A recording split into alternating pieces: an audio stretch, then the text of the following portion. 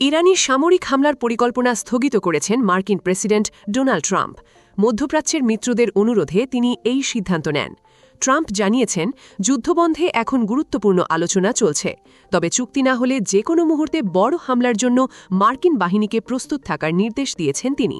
অন্যদিকে ট্রাম্পের ঘোষণায় বিশ্ববাজারে এক ধাক্কায় কমেছে তেলের দাম।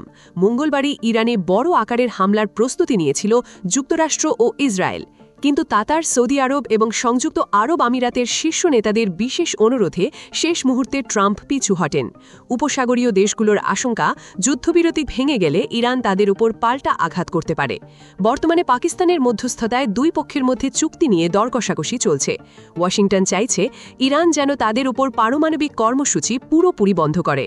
অন্যদিকে ইরান স্পষ্ট জানিয়েছে, সংলাপ মানেই আত্মসমর্পণ নয়।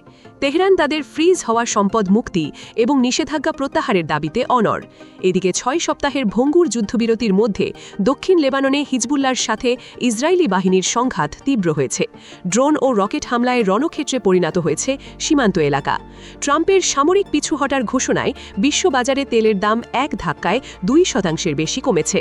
এছাড়া রাশিয়ার তেলের ওপর নিষেধাজ্ঞার মেয়াদ আরও ৩০ দিন বাড়ানোয় মিলেছে সামরিক স্বস্তি। তবে বিশ্লেষকরা বলছেন, অস্থিরতা কাটাতে হরমুজ প্রণালী পুরোপুরি উন্মুক্ত করার বিকল্প নেই। যুদ্ধ নাকি শান্তি, কোন পথে যাবে মধ্যপ্রাচ্য, তার নির্ধারণে অপেক্ষা করতে হবে আরও কিছুদিন।